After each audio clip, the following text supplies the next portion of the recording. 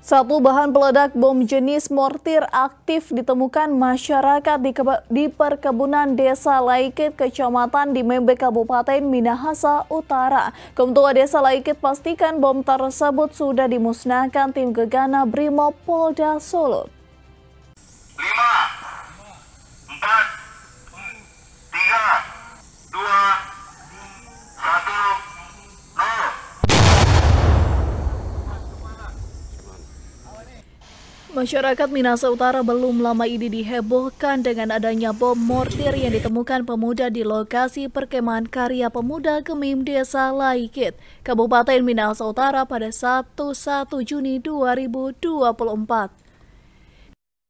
Penemuan satu benda yang disebut bom mortir ini dijelaskan Hukum Tua Desa Matungkas Frans Manua sudah dimusnahkan tim Gegana Polda Sulut pada Senin 3 Juni kemarin.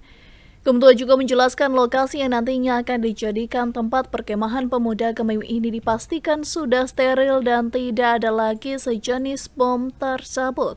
Benda ini ditemukan pada hari Sabtu tanggal 1 Juni tahun 2024 dan ditemukan oleh peserta perkemahan dan itu langsung ditindaklanjuti. Dan pemusnahan itu dilakukan pada tanggal 3 Juni tahun 2024 pada pukul 8 pagi tepat.